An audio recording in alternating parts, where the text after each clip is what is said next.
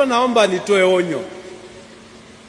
Ni onyo ambalo nimeshalitoa katika fursa nyingine, lakini kwa sababu wako watu ambao ni kama agizo moja likitolewa linaingia sikio moja linatokea sikio la pili, niwakumbushe tena, tafadhali zingatieni maana, heshima na matumizi ya mafuta matakatifu. Wako watu ambao wanaweza kufika kwenye kanisa kama hili na mkilitazama vizuri, kwenye kuta zake kuna misalaba na viango vya mishumaa. Ina maana kwamba ni kanisa lililotabarukiwa. Kanisa hili limetabarukiwa mwaka 1908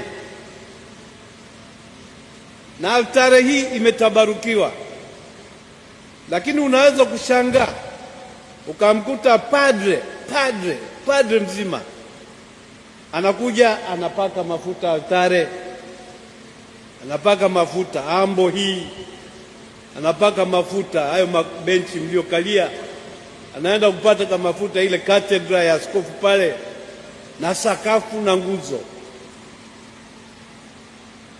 Enyi mapadre, mmelogwa? Mnatambua kwamba huo ni usanii, huo ni uhuni, huko ni kurubuni na kudanganya watu. Tendeni mambo yaliyo sahihi, tendeni mambo yanayoeleweka, epukeni vioja na vituko. Dini yetu sio dini ya vioja na vituko,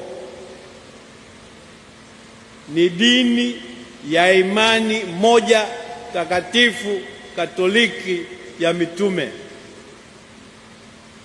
Ni dini ya kweli, halali na sahihi. Tusitafute kuipeleka kivyetu. Tuishi imani yetu kama alivyotujalia na kututaka Kristo.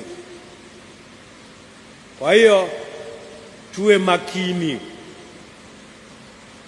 Sisi tumeitwa tukawafundishe watu na kuwahubiria habari njema. Sasa tunapofanya vitu vya mizengwe, hatuwafundishi watu na hatuwahubirii yaliyo mema. Kwa hiyo pale ambapo kuna mielekeo na vionjo visivyo sahihi, tujisahihishe, tujipange kufanya vema zaidi.